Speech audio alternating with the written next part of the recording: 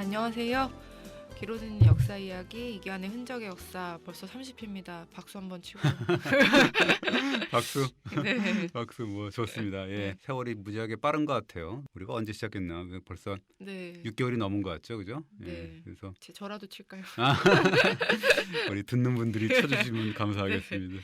하여튼 이번 주는 좀 이렇게 30회 뭐 좀 맞지 않을 것 같기도 한데요. 한스러운 이야기, 뭐 가슴 아픈 사연 이런 걸 전해두고 싶습니다. 며칠 전에 저희 신문에도 뭐 흔적 역사 칼럼에도 쓴 내용, 이거 블로그에도 지금 나와 있긴 한데 이 다시 이제 그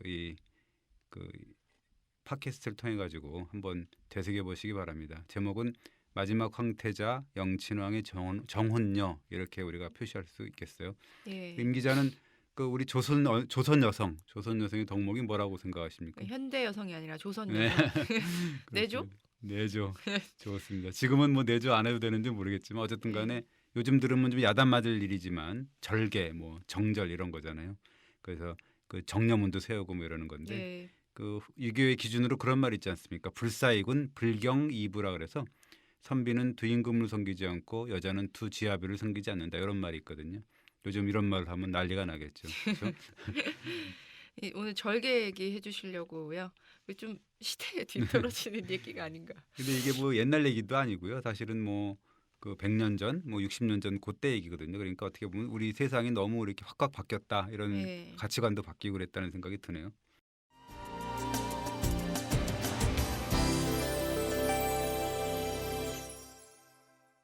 무슨 얘기를 해주실 건가요?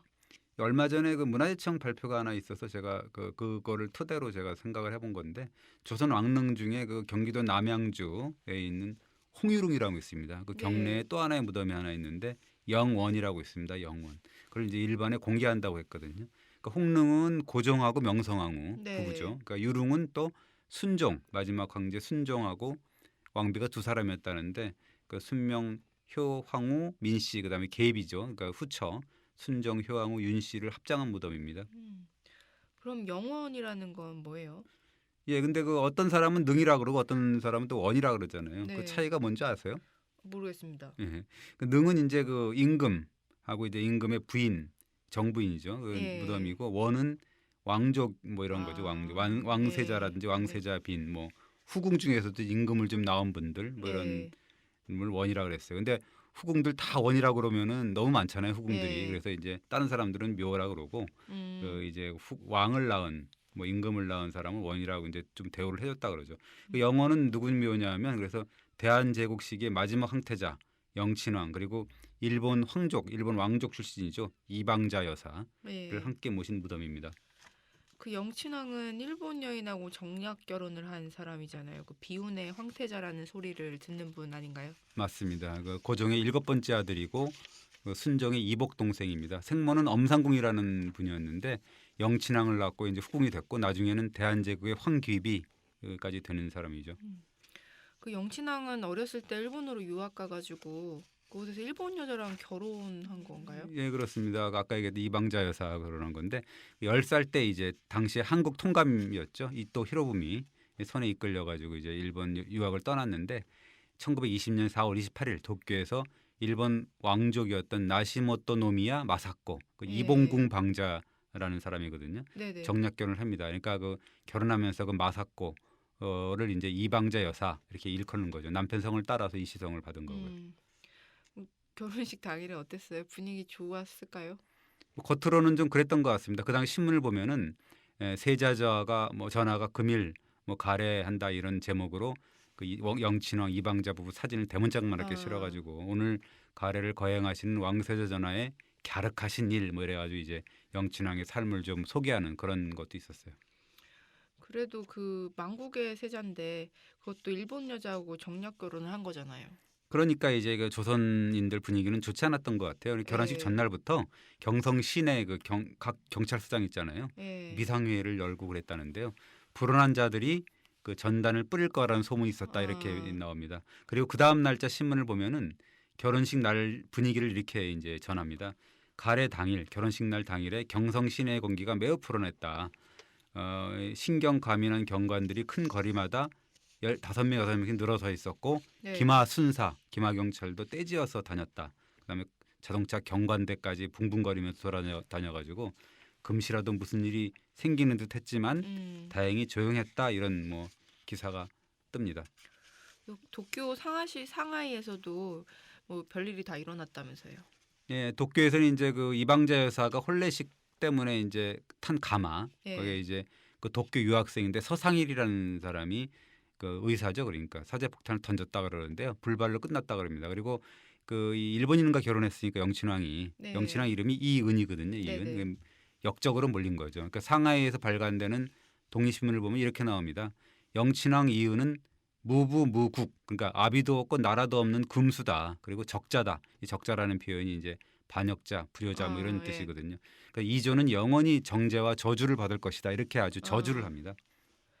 근데 오늘 정절 절개에 대해서 이야기해 주신다고 했는데 이건 누구의 절개를 말씀하시는 거예요? 뭐 아사코의 절개는 아니고요. 지금부터 이제 얘기할 거는 그 아까 그 동아일보 기사인데요. 영친왕 결혼식을 보도한 신문을 보면 하단에 아주 흥미로운 기사가 하나 실립니다.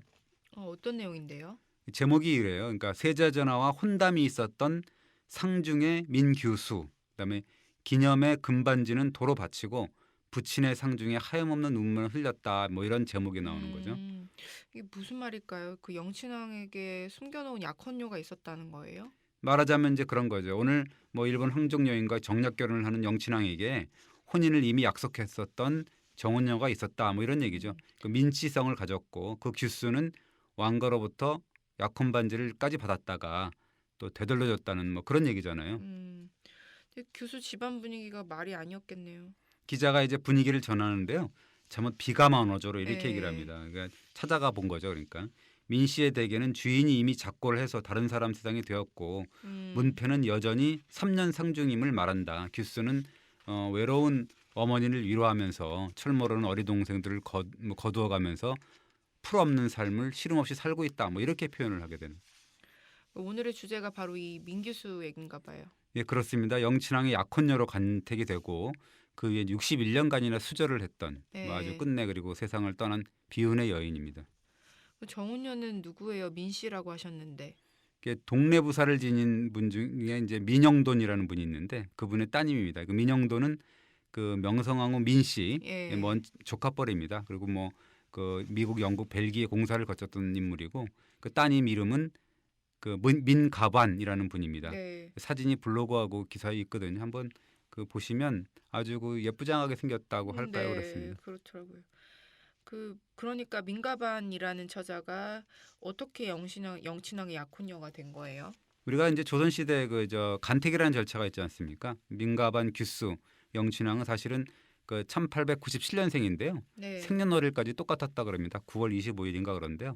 민가반이 10살 때 그러니까 1907년이죠. 그 간택 절차가 있었는데요. 후보들이 150명이나 됐다 그럽니다. 예. 그 민가반 처자의 어떤 회고록을 보면 1907년에 보면은 4명이 드는 가마를 타고 수표교에서 덕수궁 대한문까지 갔는데 150명이 넘는 처자들을 보려고 수많은 인파가 구경을 했다 이런 그 표현이 나옵니다. 그날 간택 과정은 어땠어요? 이제 그때 그 고종 순종 그다음에 영친왕 생모인 그 엄기비 예. 순종의 부인인 윤비 뭐 이런 분들이 간택을 하는 거죠. 그러니까 150명이 석줄로 앉았는데 지체 높은 중신들의 자제들은 맨 앞줄에 있었고 네. 품기가 낮은 벼슬아치 자녀는 저 가운데 줄에 있었고 시골에서 올라온 처자들은 뒷줄에 앉았었는데 민가반 처자는 민영돈의 딸이라는 어떤 팻말 명패를 예. 달았는데 이제 그걸 이제 보고서 상궁이 맨 줄 앞에 맨 앞줄에 맨 가운데 자리로 배정을 받았답니다. 자리가 좋았네요. 근데 이제 그때 아버지 직책이 승우관이었는데 승우관이라는 건 뭐냐면 종친이나 임금의 외척 중에서 임명되는 사람이거든요. 임금의 신임을 받았던 자리고 어떻게 보면 네. 임금의 말동무 친구 뭐 이 정도의 어떤 그런 아주 그 가까운 사이죠. 그래서 민가반 처자 규수는 처음부터 어떻게 보면 영친왕의 배우자로 낙점될 가능성이 컸던 건데요. 그 사실상 내정됐다는 이야기도 있었어요. 그래도 면접은 봤을 거 아니에요. 예, 그렇습니다. 영친왕의 생모제 영기비가 그 민가반을 왼손에 이렇게 하고 영친왕을 오른손에 손목을 잡고서 내전으로 들어갔다 그러는데요. 네. 그 자리에서 이제 민가반 처자가 영친왕하고 등을 대고 키를 뭐 재보고 그랬다는데 자기 키가 영친왕보다 한치나 컸다는 거예요. 그래서 네. 속으로는 이 남자가 왜 이렇게 키가 작아 뭐 이렇게 아주 실망을 했다는 이야기도 있습니다. 그 민가반 교수가 똑똑했다면서요. 예, 그랬다 그럽니다. 뭐 가문 내력, 그다음에 뭐 어른들 생일, 생신날, 그다음에 연세, 재산날, 그래가지고 이제 황실 어른들이 물어봤을 거 아니에요. 네. 일일이 꼼꼼히 물어보니까 한치의 흐트럼짐도 없이 대답했다 이렇게 나옵니다. 그래서 음. 그 민가반 그 규수가 이제 뭐 재간택 대상자가 3명 뽑거든요. 그 네. 중에 이제 수망이라 그래갖고 1등으로 뽑혔다 그러죠. 근데 내정됐다면서 왜 3명을 뽑아요? 그 나라법이라는 게 이제 초간택, 재간택, 상간택이 있는데 세 네. 번의 절차가 있잖아요. 그리고 1순위 후보자가 또 이변이 없는 뽑히긴 하겠지만 혹시 모르잖아요. 무슨 일이 네. 생길지. 그래서 이제 그 어쨌든 민가방 교수가 1순위로 뽑혔기 때문에 이제는 왕가의 며느리로 해가서 이제 신부 사업을 이제 받았겠죠. 음. 근데 무슨 문제가 생긴 건가요? 그때가 이제 뭐 격동의 세월이었지 않습니까? 1907년이라는 거니까요. 그래서 네. 고종 황제가 1907년 6월에 우리가 흔히 아는 그 헤이그 밀서 사건 있잖아요. 네. 그래서 이상설, 이위종, 이준 뭐 이런 분들을 밀서로 파견하잖아요. 근데 그게 실패로 돌아가지 않습니까? 네. 그런 어떤 뭐 엄청난 사건들이 있었던 거죠. 당시 엄청난 소용돌이였을 것 같은데. 그렇죠. 그러니까 일제가 그거 보고 난리가 난 거죠. 이토 히로부미가 뭐라 그랬냐면 자꾸 그러면 그 대한문 그 고종이 모았던 있었던 것이거든요. 포격할 네. 수도 있다, 포로 쏠 수 있다라고 해갖고 겁박을 하니까 고종이 이제 할 수 없이 그 아들 순종한테 양위를 합니다. 그게 8월 네. 2일 날 양위를 하게 되고 영친왕이 따라서 이제 순종의 뒤를 이어서 황태자로 책봉이 되는 거죠. 음. 그러니까 황자에서 황태자가 되는 거죠. 상황이 정말 숨가쁘게 돌아갔네요. 영친왕이 간택할 때는 황자였다가 황태자로 바뀐 거잖아요. 네, 그렇게 된 거죠. 이제 그 와중에 재간택, 상간택 과정도 이제 무기 연기가 된 거고요. 더 네. 중요한 거는 이제 이토 히로부미가 황태자가 됐죠. 이제 네. 영친왕 일본 유학을 추진을 하면서 그 아예 이제 영친왕하고 일본 여인과의 혼사 네. 그것까지 도모를 했습니다. 그건 무슨 이유인가요? 내선 일체 때문인가요? 예, 뭐 그런 거죠. 그러니까 이또가 이렇게 얘기를 했다 그래야죠. 그러니까 일국의 황태자가 어찌 그 한나라 안에서만 세월을 보내느냐. 일본 제국으로 보내서 이제 문명을 배워야 된다 이렇게 얘기를 했다 그러고 구라파에서도 이제 황실 간의 어떤 그런 결혼이 좀 있었다는 거잖아요. 그래서 네. 이란간 황실에서 혼인의 의의를 맺어서 친밀한 관계를 맺자 이렇게까지 얘기를 했다 그럽니다. 대한제국 황실 반응은 어땠어요? 뭐 말도 안 되는 얘기죠. 조선시대 그 보면 일본 여자가 황제의 정분이 된다는 얘기니까 그게 네. 납득할 수 없는 거죠. 절대 불가죠. 그러니까 사실은 그 영친왕 일본 유학도 사실 반대를 했는데요. 왜냐하면 이제 조선시대 전통적으로 뭐 보면은 관습으로 보면 임금이나 세자가 궁을 떠나지 음. 않잖아요. 네. 궁을 떠나면 안 되잖아요. 게다가 영친왕이 인질 뭐 볼모로 잡혀가는 거니까 그렇습니다. 그 유학을 결국 간 거잖아요. 그렇죠. 이제 아까 얘기했듯이 이제 1909년 12월인데 일본 유학을 이제 어떻게 보면 볼모로 가는 거죠. 음. 민가반 교수는 어떻게 된 거예요? 이 황실에서는 영친왕 결혼 일본 유학은 막질 못했지 않습니까? 네. 근데 이제 그 일본 여인과의 결혼은 절대 안 된다 이런 생각을 갖고 있었던 것 같아요. 네. 그래서 그 이 재간택일까지 이제 1907년 9월 20일 그 네. 음력으로 그러니까 10월 26일인데 재간택일을 잡아놓고 막 그랬다 그러는데 그 역시 이제 이 또 히로부미 방해 공작 때문에 그 행사도 열리질 못했다는 거죠. 그럼 영신왕은 그렇게 떠난 거예요? 아니죠. 그러니까 아까 얘기했듯이 황실이 그 민가반 뭐 규수 뭐 네. 혼인은 포기할 수 없다 이렇게 해가지고 영친왕이 떠난 직후에 상궁을 보내가지고 약혼 반지를 보냈다 그럽니다. 그래서 뭐라 그랬냐면 음. 시국이 혼란스러우니까 예법을 지킬 수는 없다. 네. 그냥 태기를 해서 약혼 선물을 전달하고자 한다. 그리 알고 받으라 이렇게 명을 내렸다 그러고 네. 그 약혼 예물은 금반지였다 그럽니다. 금반지에는 약혼 반지 이렇게 써 있었다 그러죠. 그럼 이제 민가반 교수는 왕가 사람이 다 됐다 이렇게 생각했겠네요. 그렇죠. 이제 약혼 반지까지 받았으니까 재간 때까지 이제 마친 셈이거든요. 네. 그때부터 이제 민규수, 민가반 소녀죠. 그러니까 영친왕과의 혼인을 치르는 날까지 이제 그 영친왕만 기다리면서 그 살는 신세가 된 거죠. 당연히 일제가 가만히 있지 않았을 것 같은데요. 그렇죠. 아까 얘기했듯이 또 히로부미가 그 일본 황정 여인과 결혼 이런 걸 뭐 네. 밀어붙였는데요. 그 1909년 1월에 그 대한매일신보를 보면 이렇게 이 기사가 나와요. 순종이 영친왕의 결혼을 이토 통감에게 일임했다. 이토는 네. 그래서 일본의 모 어떤 뭐 고귀 영양 그 네. 아주 귀한 여인 그 여식을 후보자로 탁정을 하고 고종과 순종의 윤허를 얻었다라는 기사가 나옵니다. 이 기사는 네. 사실은 오보거든요.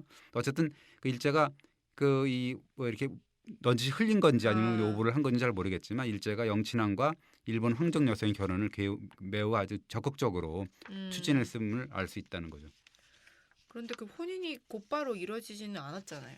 그렇죠. 이제 뭐 그때가 이제 굉장히 또 격동의 시절이죠. 그러니까 1909년 10월 26일 날 네. 이또가 안중근 의장한테 적극당하지 않습니까? 예. 그래서 이제 결혼 이야기도 수면 아래로 이제 잠복을 했다 이렇게 볼 수 있죠.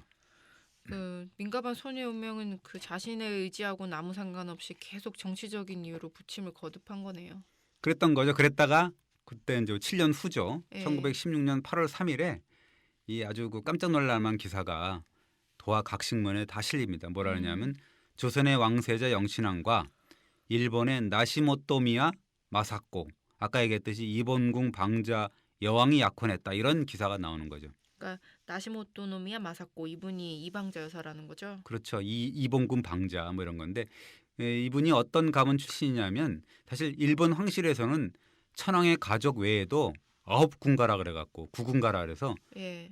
친왕 그다음에 이제 왕의 칭호 그다음에 이제 신분을 가진 9개의 황족 가문이 있었습니다. 나시모토 노미야 또 이제 그 중에 한 가문이죠.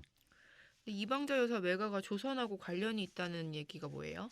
외가가 나베시마 가문이거든요. 이걸 한자로는 과도라는 가문인데 임진왜란 때 이제 그 조선과 관련이 있죠. 왜냐하면 그 조상인 나베시마 나오시게라는 사람이 이 임진왜란 때 가토 키요마사 우리가 잘 네. 아는 가등청정을 따라서 참전을 했거든요. 어. 그래서 그 참전해가지고 거기서 이제 그 자기를 만드는 사람들을 또 인질로 잡아가갖고 예. 그래서 아리마 뭐 이 자기라고 해서 또 도자기를 만들어서 또 일본에서는 대성공을 거둬가지고 일본 도자기 아주 굉장히 좋은 도자기를 갖고 그걸 토대로 해가지고 우뚝 씁니다 가문이. 그러니까 어떻게 예. 보면 이 도자기 때문에 우뚝 쓴 가문이 되는데 조선과 굉장히 관련이 있는 거죠.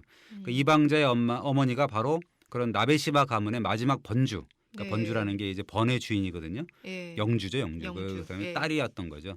그러니까 나베시마 이츠코가 이제 이방자 여사의 어머니입니다. 음. 일본에서는 만만치 않은 가문이었네요. 예, 그렇다고 봐야죠. 그래서 이제 이방자 여사가 신부 역시 거기도 이제 신부 후보 3명을 뽑았는데 예. 그 중에서도 수망 1등으로 뽑혔다 그러는 거죠. 이방자 여사 역시 사실상 내정이 된 겁니다. 식민지가 됐지만 어쨌든 한일 양국 황족의 결혼이었으니까 화제가 됐겠네요. 예, 그렇습니다. 그 약혼 결혼 과정이 마치 이제 생중계되듯이 보도가 됐다 예. 그러는데요. 혼수품이 뭐 화려하게 이를 데가 없었습니다. 팔도시계는 뭐 스위스제 둥근 금시계고 금강석, 홍보석, 백보석 뭐 받고 그다음에 뭐 보옥이 찬란한 예관은 머리는 숭금 바탕에 금강보석 진주를 뭐 무수히 뭐 받고 뭐 이런 식의 어떤 기사가 계속 실립니다.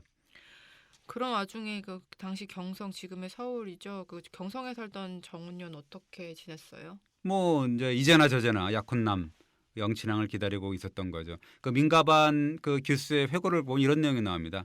여자의 운명이란 이런 것인가. 10여 년 전에 정해놓은 그분을 위해서 문 밖도 마음대로 못 나가고 사람도 친척 외에는 피하면서 살았는데 정말 고통스러운 생활이었다. 뭐 이런 뭐 네. 회고가 나오고 안타깝네요. 뭐 흉몽까지 꿉니다. 그래서 뭐 그 흉몽이 또 현실로 다가오는 그런 뭐 상황이 되는 겁니다. 그 흉몽이 어떻게 현실이 되는데요? 이게 이제 1918년 1월 달인데 궁에서 사람이 나와요. 그러면서 네. 그 옛날에 줬던 약혼 반지를 환수하러 왔다. 빨리 달라 이런 식으로 하니까 집안이 또 한순간에 초상집으로 변하는 거죠. 온 집안이 난리가 났을 것 같은데요. 그렇죠. 이제 아버지 같은 경우 아까 민영돈이라고 그랬지 않습니까? 네. 난리를 피우고 뭐 상궁들이 또 무슨 죄입니까? 뭐 총독부 지령이니까 할 수 없다. 저희도 어쩔 수 없습니다 하니까 이제 그때부터 14일간이나 네. 밀당을 계속했다 그럽니다. 근데 더 억장이 무너지는 소식이 들렸다면서요. 예, 그렇습니다. 이제 나흘째인데 궁에서 정가를 하나 보냈는데 뭐라 하냐면 네. 영친왕께서는 이미 일본 황족공주하고 결혼하게 됐다. 그러니 당신도 대감댁도 다른 가문을 택해서 혼인 준비를 하시라 이렇게 이제 정가를 했다 그러는 거죠. 다른 곳에서 받아주나요? 다른 곳에 시집을 보내라고요? 네. 그러니까 뭐 파혼하는 것도 말이 안 되는데 네. 다른 곳으로 시집가라는 명령까지 내렸으니까 그게 얼마나 말도 안 되는 얘기입니까? 집안이 눈물바다가 됐겠네요. 그 교수 민가반의 심정이 제일 말이 아니었을 것 같은데. 아까도 얘기했듯이만 14일이나 옥신각신을 했다 그러는데 민가반 규수가 이제 매듭을 짓습니다. 그때만 해도 이제 21살이나 됐으니까 상공들을 부릅니다. 그래서 다짐을 합니다. 정혼을 해갖고 10년이 지났는데 그때 그 동안에 미운하 고운한 난군으로 여겼다. 네. 그러나 뭐 할 수 없지 않느냐 나라에서 그렇게 하니까. 그러면서 이제 하얀 종이를 받아다가 아주 글을 썼다 그럽니다. 충신은 아까 얘기했듯이 불사이군이고 연려는 불경이부다. 뭐 이런 글을 승종 황제한테 가서 전해달라 이렇게 얘기를 한 거죠. 물론 이제 이 편지가 전달은 안 됩니다. 더 기막힌 일도 있었다면서요. 이제 아버지가 궁궐로 불려 들어갑니다. 그러면서 서약서를 하나 쓰는데요. 신의 여식, 그 신의 딸을 금년 내로, 그러니까 1918년 내로 다른 가문에 시집을 보내지 않으면 중재를 받아도 좋다. 이런 서약서를 쓰게 되는 거죠. 그렇게까지 하죠. 이게 파혼한 것도 억울한데 다른데 시집을 안 가면 중재를 받는다는 게 이상한데요. 그렇죠. 그러니까 환장을 노리신 거죠. 그러니까 그 민가반 규스 그 집이 이제 눈물이 네. 마를 날이 없었을 거 아니에요. 그러니까 아버지하고 뭐 할머니 시름시름 앓다가 계속 이제 세상을 떠나고 집안인 줄초상이 난 겁니다. 그래서 음. 집안도 풍비박산이 난 거죠. 근데 원래 영친왕과 이방자 여사 결혼식이 1919년 1월로 예정돼 있었다면서요. 예, 그것도 이유가 있었는데요. 1919년 1월에 그때 당시에 프랑스 파리에서 베르사유 궁전이죠. 거기서 이제 네. 파리 강화회의가 열리지 않습니까? 그때가 뭐냐면 1차 대전 끝나고 나서 그 처리 문제, 전후 네. 처리 문제를 그 다뤘거든요. 그때 윌슨 대통령이 민족 자결주의를 또 뭐 제창을 했지 않습니까? 음. 일제가 노린 거는 뭐냐면 그 이방자 영친왕 부부를 신혼여행차 강화회에게 파견합니다. 그래서 네. 일본과 한국이 동조다. 음. 동화되고 있음을 알리고 뭐 이런 거죠. 그렇게 알리고 싶었던 겁니다. 아, 정말 흉악한 계책이네요. 우리로 보면 그렇습니다. 그런데 이제 이 계획이 역시 이제 고종이 1월 21일 날 세상을 떠납니다. 그걸 우리가 황제니까 붕어라고 하는데 예. 그 붕어함으로써 실행되지 못합니다. 결국 이제 영친왕 이방자 그 결혼식은 그때부터 한 1년 3개월 뒤에 예. 1920년 아까 얘기했듯이 4월 28일 날 거행되는 거죠. 그래서 저는 민가반 교수가 제일 불쌍한데 이후 네. 어떻게 지냈어요? 아까 얘기했듯이 이제 집안이 풍비박산되고 아버지, 할아버지, 할머니 참 돌아가시고 외삼촌 집에 그냥 살게 되는 거죠. 근데 서약서가 있었잖아요. 네. 빨리 다른 남자랑 결혼해야 됐었잖아요. 그러니까 이제 별의별 제한이 다 있었답니다. 3만 원 받고 일본 황족 아들을 소개시켜 줄 테니까 결혼해라. 네. 그리고 뭐 일본 후작과 혼담을 넣겠다. 뭐 이런 회개한 이야기들이 뭐 오갔고요. 또 어떤 경우는 이제 편지가 하나 왔는데 보니까 당신을 사랑하니 뭐 이런 식의 어떤 편지가 뭐 왔었다 그래. 그러니까 네. 또 아주 환장하는 거죠. 그래서 어떻게 했어요? 결국 이제 그 상해로 망명을 합니다. 상하이라 그러죠. 영친왕이 결혼한 지 한 50여일 만에 네. 결국 이제 외삼촌 그 동생 이렇게 동행을 해갖고 이제 상하이로 떠나는 거죠. 결국 딱 한 번 얼굴 보고 키를 재봤던 남편 때문에 망명까지 하게 된 거네요. 그렇게 된 아주 운명입니다. 근데 상하이에서 임시정부 요인들을 만나지 않았을까요? 그때 이제 이 임시정부 부주석을 지낸 분이 우리가 이제 우사 김규식 박사 유명한 네. 분이잖아요. 그분이 찾아와가지고 독립운동을 뭐 하자 그랬답니다. 뭐라 그랬냐면 아가씨 원수는 저희가 갚아드리겠다. 아가씨는 용기를 내서 독립운동을 해보자. 네. 아무리 일국의 천황이고 황태자는 아까 얘기했듯이 영친왕 예. 민족을 잊은 행동은 한자는 죽어서 마땅하다 이렇게 얘기를 했다 그러는 거죠. 죽이자는 거죠. 그러니까 영친왕을. 민가반 교수가 뭐라 그랬어요? 예, 뭐 아니라 그랬답니다. 고개를 가로젓다는데 뭐 그랬다 그러죠. 10년 넘게 국무의 자격으로 어쨌든 간에 신부 수업을 받았던 네. 거잖아요. 그러니까 어떻게 보면 당대 조선의 전형적인 여자라고 볼 수가 있지 않습니까? 그래서 아닙니다. 누구를 원망하지도 않습니다. 남을 해치면서까지 내가 네. 팔자에 없는 행운을 찾고 싶지 않습니다라고 했다는 거죠. 근데 그래도 좀 독립운동을 거부했다는 거는 이해가 안 될 듯하는데. 이게 이제 이런 일도 있었어요. 1927년 5월에 영친왕 납치 미수 사건이라는 게 일어나는데요. 예. 이때도 이제 민가반 처자의 어떻게 보면 태도가 드러나는데 사실 영친왕 부부가 1920년에 결혼했는데 예. 7년 동안 신혼여행을 못 갔습니다. 그 7년 뒤에 이제 유럽 일주 신혼여행을 떠난다고 이제 나오고 예. 상하이를 들려서 가겠다 이렇게 이제 약간 이제 비밀 계획이 있었던 거죠. 근데 이제 상하이 임시정부에서 그걸 알고 영친왕을 납치하겠다 이런 계획을 세웠어요. 그때 이제 민가반 외삼촌 같이 갔다 그러지 않습니까? 예. 외삼촌이 민가반 몰래 사진을 찍었다 그래요. 그러니까 뭐 음. 다른 뭐 핑계를 대고서 사진 좀 찍자 그래서 사진을 찍었다 그러는데 네. 그걸 임시정부에 전달을 했다 그럽니다. 왜냐하면 이제 영친왕 납치해 갖고 회유할 때 당신 말이야 옛날 정은요 이분이 여기 계시다 해갖고 이제 사진을 넣고 그러면 좀 도움이 될까 해가지고 써먹으려고 그랬다는 건데 근데 이제 이 사건이 일본 스파이가 밀고 해갖고 실패로 돌아가요. 그래서 네. 영친왕이 상하이를 들리지 않고 그 부인하고 이제 유럽으로 그냥 떠나게 되거든요. 나중에 민가반 규수가 그걸 알게 되는 거죠. 그러면서 지금 들으면 어떻게 보면 복장 터질 이야기를 하게 되는 거예요. 무슨 이야기인데요? 그 결국 납치가 실패로 돌아간 것이 다행이라고 얘기를 합니다. 예. 뭐라 그러냐면 이렇게 얘기를 해요. 민족 정신을 깨우기 위한 정부 요인들의 노력, 그다음에 외삼촌의 정성은 되게 아까운 일이긴 한다. 그러나 예. 본의 아니게 내 피 속에도 역대 왕조의 아녀자처럼 질투와 시기의 피가 흐르고 있다는 악평을 받지 않게 된 것을 굉장히 무한히 기쁘게 생각한다. 이렇게 얘기를 하는 거죠. 지금 들어선 별로 이해가 안 되는데요. 이게 무슨 저 예. 나라를 잃은 백성의 한 사람이지 않습니까? 예. 어떻게 보면 독립운동하는데 무슨 역대 뭐 왕조의 아녀자가 어떻고 뭐 시기 질투라는 게 사실 지금 기준으로 보면 민가반 처자 기수를 욕하는 사람도 있을 거죠. 근데 지금 기준으로 보니까 이해가 안 되는 걸 텐데요. 예, 그 이해를 해줘야 될 것 같은데요. 이게 그 조선 왕가가 간택을 받은 어떻게 보면 마지막 흥태자의 정혼녀잖아요. 예. 그러니까 이해할 수도 있지 않을까요? 뭐 그런 생각이 듭니다. 상하이에 있었을 때 남자들이 이제 유혹을 한 경우도 있었다고. 예, 이제 그럴 때마다 가문을 생각했다 그럽니다. 회고를 보면 이렇게 나와요. 참아라, 너 하나로 가문을 더럽히고 만다면 그 누명은 자손만대까지 지속될 것이다. 청춘의 고뇌를 참아라. 이렇게 이제 뭐 자기가 생각을 했다네요. 아유, 참 젊고 여린 여성이 가문 그리고 대한제국 황실 이때 모든 명예를 생각하느라고 평생 수절의 길을 간 거라고 봐야 되겠네요. 그렇게 이해를 하면 뭐 될 것 같습니다. 근데 해방 후에도 귀국은 했지만 불우하게 살았다면서요. 예, 하여튼 뭐 왔더니 사실 오지는 않으려 그랬다는데요. 그래서 뭐 와봐야 뭔 일 있겠느냐 그래서 오지 네. 않으려 그랬는데 예, 뭐 이 동생이 와야 된다 그래가지고 할 수 없이 왔다 그러는데요. 예. 와 보니 가문 자체가 이제 사정이 좋지 않아서 음. 동가속 서가시겠다 그러고요. 그다음에 6.25 전쟁이 나니까 부산에서 동생 집에서 근근히 살았다 그럽니다. 영친왕이 정혼녀가 살아있다는 소식은 어떻게 알게 됐어요? 예, 이게 이제 뭐 아까 영친왕 결혼식 기사 밑에 예. 민규수의 심경 그 기사를 썼다 그랬잖아요. 동아일보가. 예. 그러니까 나중에 동아일보가 그 축약본을 이렇게 내는데 아, 그거를 본 독자가 예. 부산에 그런 분이 있다라고 이제 제보를 했다 그러는 거죠. 그래서 동아일보 1958년 6월 29일 날 그 사연이 신문에 대문짝만하게 실립니다. 살아있는 한국 여성의 절개라는 부제가 붙었네요. 네, 그렇습니다. 그 일제 탄압으로 파원당했고 약혼 예물을 뺏겼고 그다음에 뭐 50여 년간 망명과 빈곤의 삶을 뭐 눈물로 감내하며 살았다라는 내용이 실려 있습니다. 근데 돕겠다는 사람들도 많았을 것 같은데요. 이게 그 옛날이나 지금이나 똑같은 것 같아요. 처음에는 반짝하다가 뭐 이제 좀 시간이 지나면 위험해야 되고 심지어는 이제 그 사기치는 사람들이 있었다 그러는 건데요.